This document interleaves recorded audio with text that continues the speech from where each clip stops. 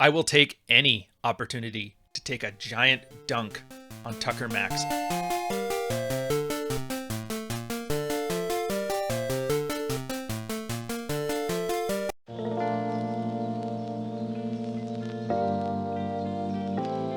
I cannot stand that guy. Welcome, Midswatch. Another episode. Ryan, you, Midnight, enjoy yourselves. This one is a little different in that it's more so explaining to idiots what the heck is going on. If you don't know, there is a sister sub to the Red Pill. There's a sister sub to the Married Red Pill. It's called Purple Pill Debate. And essentially, you're going to get together a bunch of MGTOW autists and a bunch of STEM-educated single chicks and a bunch of angry middle-aged soccer moms and to battle it out with text on who can be snarkier, who can dunk on the Red Pill guys, and how many Red Pill guys get banned. It's actually one of those weird places that any red-pilled guy who's actually red pill has essentially been banned for life from the place. And the only ones left are the straw man that everybody get to make fun of. So it's... if you ever wanted to see why trying to red pill your friends is a waste of time, great place to go. Spend your 10 minutes in there until you hate your life. Just don't put any personal details up because they've had a bad habit of doxing people in the past. But this one was a guy asking about this podcast episode, Bad Advice from the Internet, Women Love Assholes. And this one is from Tucker Max, which you may have remembered from the old 2000s book. Whatever. I don't know, to be fair, I can't stand it because I read the book and there was one point where he was like taking a crap in a hotel room and laughing that the maid staff had to clean up after his drunken debauchery. And I have it's my little pet peeve, shitting on working people, like literally shitting on working people trying to do their jobs. I don't like that stuff. I don't care how frat boy you are. I'm like, I don't know, my grandmother instilled that on me when I was a little kid. Never make fun of an honest man's working dirt. So, is it a weird reason to completely hate a guy's ideas? Yes.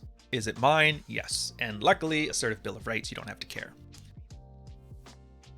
Anyways, so they ranted about asshole this and asshole that, and that really isn't important. What's important is that Jack comes in to like, I think you guys are running from the wrong book. In fact, this is probably the biggest reason people disagree, argue, and bicker about red pill stuff is that mostly they're working with container words.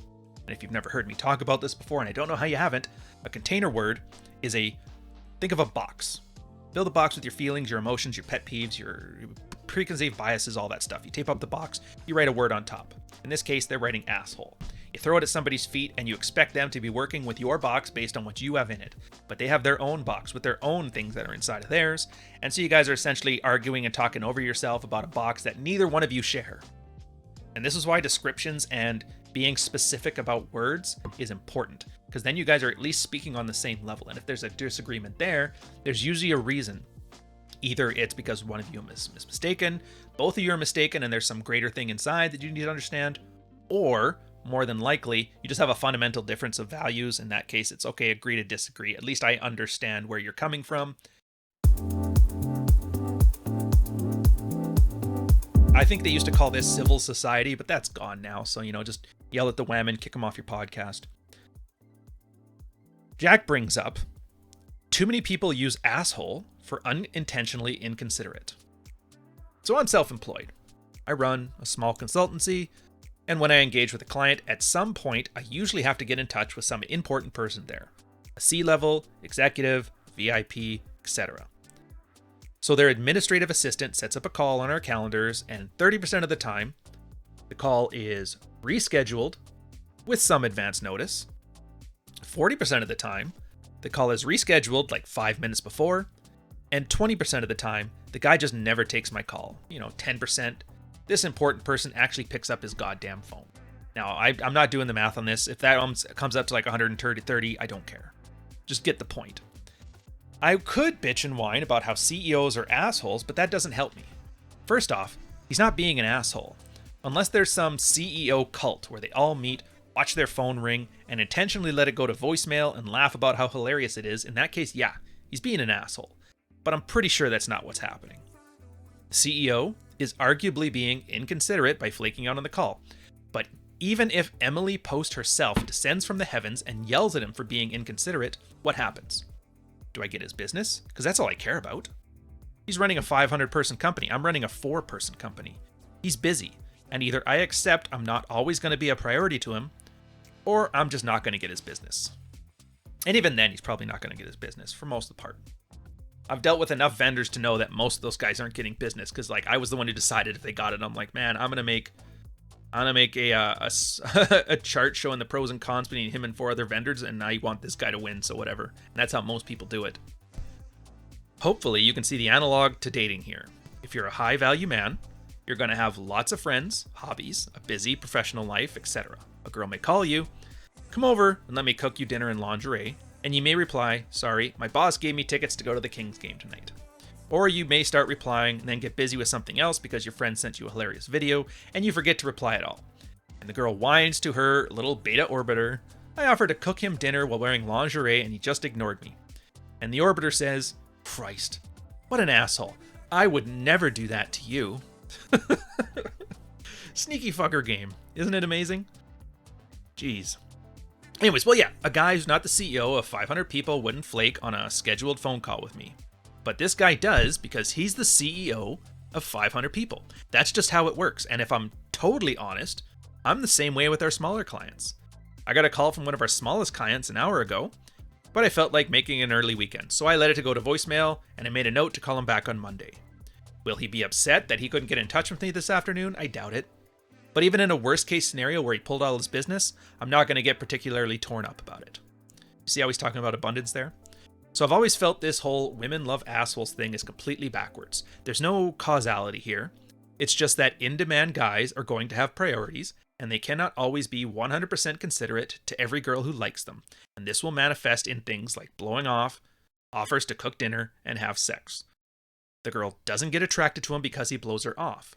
The girl is attracted to the kind of guy that blows people off occasionally because he's got a rich, full life of options and cannot make everybody happy that demands his time 100%.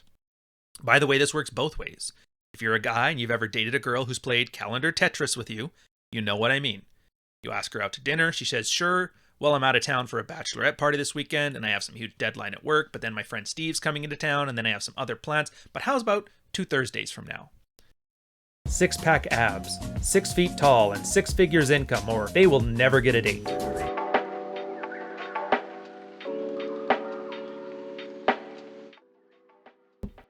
Now, this one is actually way more important than I let on. It's a really nice way to understand this. And this is going to be, this is a little out of character for the channel. Normally, you've heard of the term black pill or MGTOW, like men going their own way. And they love to complain about women. You know, women only date assholes, women are Machiavellian, this sort of thing. And I normally don't like trying to help the unattractive be attractive, especially if they don't want it. But in this case, this is kind of like the best you're going to get. When people tell you things like the 2/3 rule, and I've told you myself, give a girl 2/3 what he gives you, it's an old pickup trick. It actually is tips and tricks. Because if you're a guy who's valuable, people tend to want your time. In fact, your time and your attention are some of the biggest tools that people are going to want from you. Time, attention, affection, commitment. I'm sure you've heard me talk about, enforcing boundaries, using those.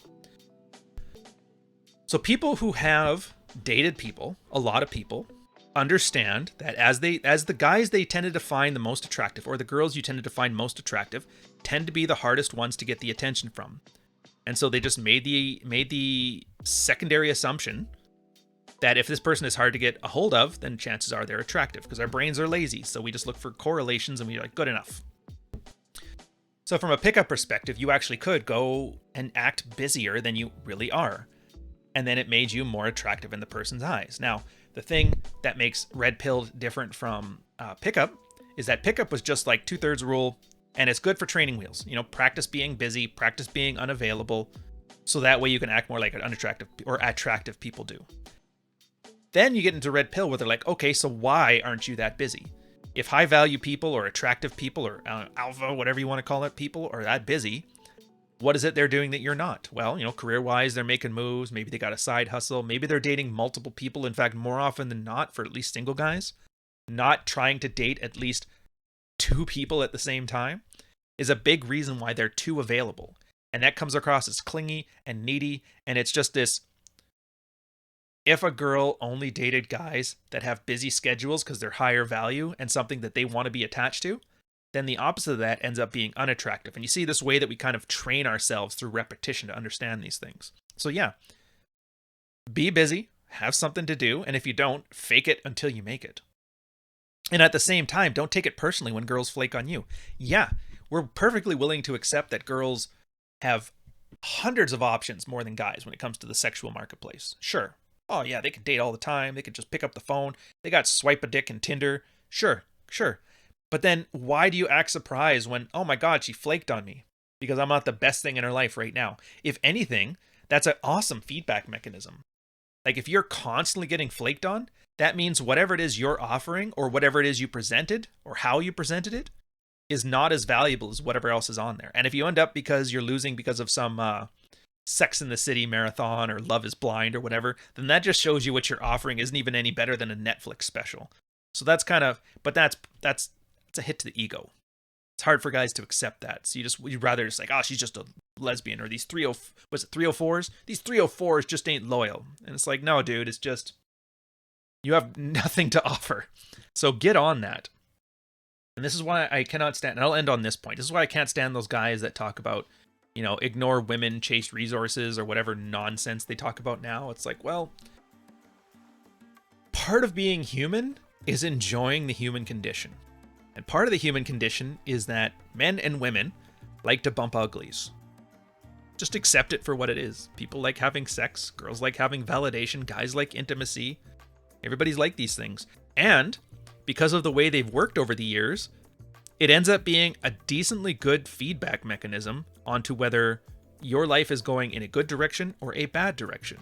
We're a social species. No man is an island. And if nobody wants to spend any time with you, then there's probably a good reason for that and something that you're not noticing in your life that you got to fix. So as much as I'd tell you, oh, just go watch 8 hours of, MGTOW 42069 talking about how women ain't shit to feel better about yourself, why not realize maybe there's something you can be doing to alleviate this situation? And you could say, well, it's not important. I don't want to chase women because that's whatever. But it's like, if you have to tell somebody all the time how much you're not chasing women and how much you don't want to chase women, and it's definitely not about women and women, I'm starting to doubt whether you actually are going your own way. So take that for what it's worth. And again, doesn't stop just because you're married. Just because you made an agreement with somebody, it's like, hey, I'm not going to put my dick in anybody else. And if we have kids, I'm going to make sure to stick around. If you make that deal, that's fine. Doesn't mean you can't be attractive to other people. It doesn't mean other girls can't want to get your time. Just don't put your dick in them. Is it that hard? Well, that's cheating. No, it's not. Cheating is literally having sex with somebody who's not somebody you agreed to be monogamous with. So it's like, I can't have a conversation with a pretty girl. It's like, yeah, you can. It's okay. You're allowed. In fact, your wife probably appreciates it because she's been seeing you in your pajamas every morning, drinking coffee with your hair all disheveled, and every now and then just knowing, oh, sweet. So this guy could have other girls, but he wants me. Everybody likes to know their prize is still worth something. Nobody likes to know that they keep their fancy car in their garage and then they pull it out and everybody's like, look at the car. What a nerd. Anyway, I guess I'm going to have to label this something as like a MGTOW episode so you guys can see it as the single guys what you can do. I will tell you this, though. Enjoy yourselves. Learn what you can from this. Unintentionally, inconsiderate, and asshole are not the same thing. And it's best not to use them for. Keep your language normal. Stop arguing with people. Don't try to red pill your friends. And realize if people flake on you, there's probably a reason. Catch you guys in the next one. Have fun. Cheers.